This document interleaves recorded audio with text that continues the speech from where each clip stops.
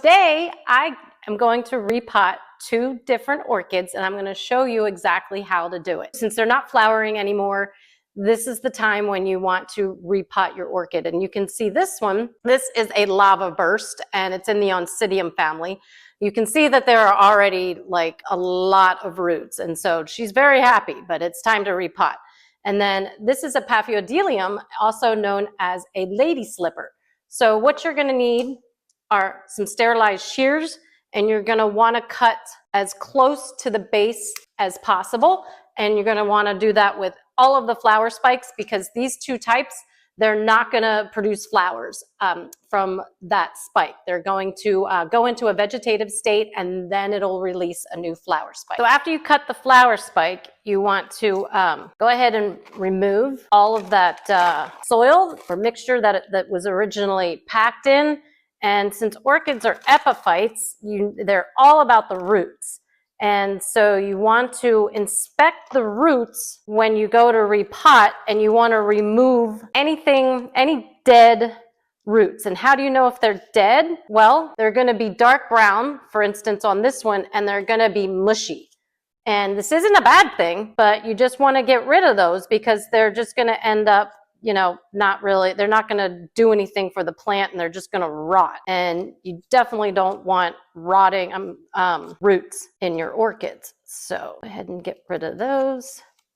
And she's in pretty good shape. I should say she's actually in great shape. You can see there's some new growth on here already. That's why I purchased her the way she was. So she's ready to go. And then I'm going to do the same thing with my lava sunburst. Look at those roots. That is a very happy lady.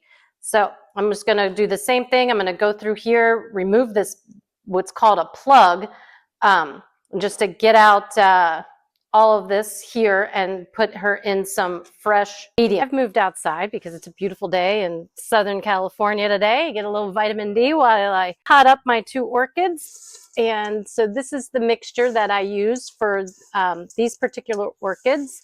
It's a mixture of sphagnum moss, fine bark, and I put some perlite in there. And then I also use clear baskets with holes on them, because orchids are epiphytes and they need air. And I use clear also these so you can see the roots. So then you can see them over time, as if like there was any damage and if you needed to repot. And you also want to keep the pots relatively small, because they do like to be compact.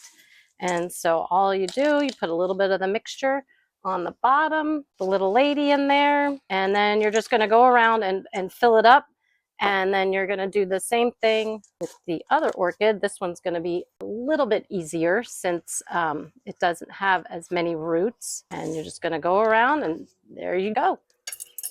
And then once you get all of the mixture in, and you just want to give it a nice soak, and there we go. She's all ready to go. Here they are, potted up in the nice decorative pot. I do put a little bit of pebbles at the bottom of the pot, just because these 2 types of orchids do like a little bit more humidity, and the pebbles will help with that. And here's my other one, the lava burst. I also like to keep the markers in here, so because when they're in the vegetative state and they're not in flower mode, it helps me to remember when I do see that flower spike what to expect. So hope this video has helped.